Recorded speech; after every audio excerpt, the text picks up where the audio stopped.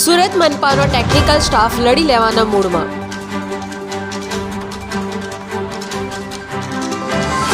કેદારના મોતને લઈ સાપરાધ મનુષ્ય વધુનો ગુનો દાખલ.